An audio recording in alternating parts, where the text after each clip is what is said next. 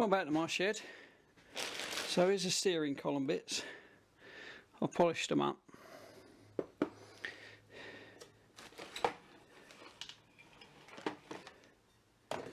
And that one.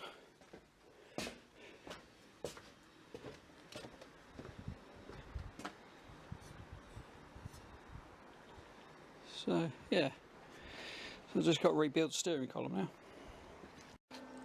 Right, so this is that tube. It's 20mm by 18, and this is where it goes.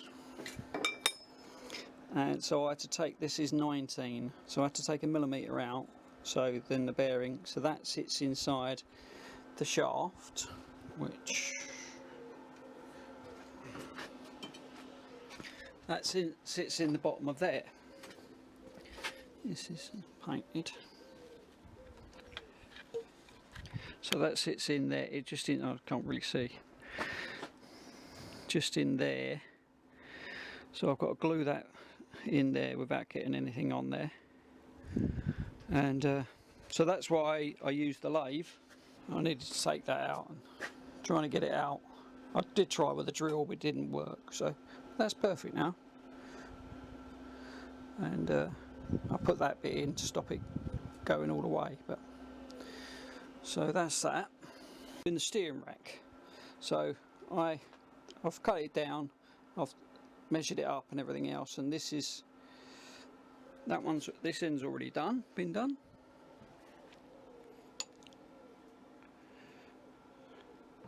So I centralised the rack, measured it all out from lock to lock, centralised it, and then measured the old steering box and joints to see how far apart they were, and my measurements matched up with the old ones, so that was handy.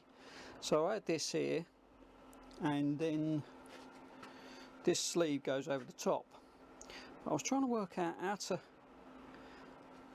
get it so it sits exactly in as you know, in line without, so I cut a hole in this so I can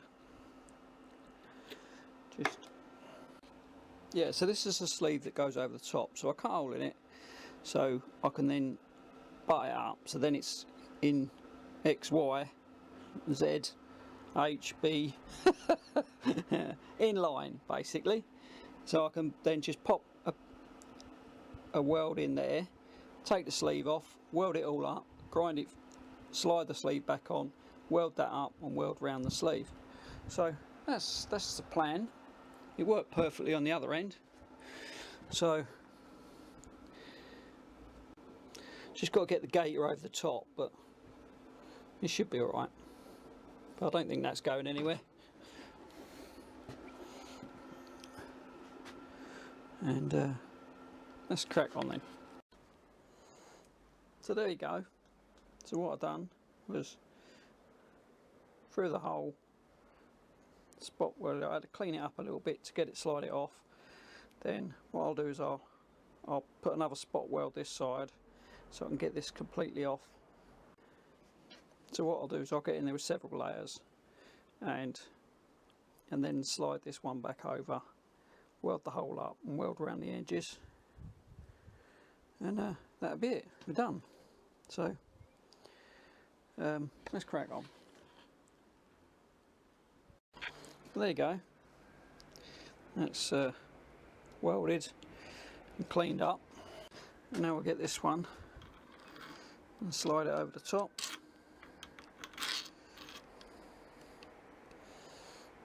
And get it to the point, into the middle, and then weld it up, weld it round there, and then weld it around this side, and it'll be done.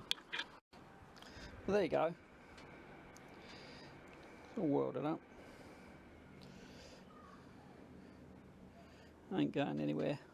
So it's welded inside, then it's slipped over, and then it's welded up, so that ain't going anywhere. But yeah, now it's the right size for the truck.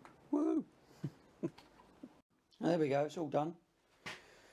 It's exactly the same width now as the old rack. so I can put it on, and that'll give me a rough setting of the, and I can get the tracking done. But yeah, sweet as is. Job done. Just modifying the pipe angles. I think I've overdone it on that one. I need to bring it back a bit, and that one I think will be alright.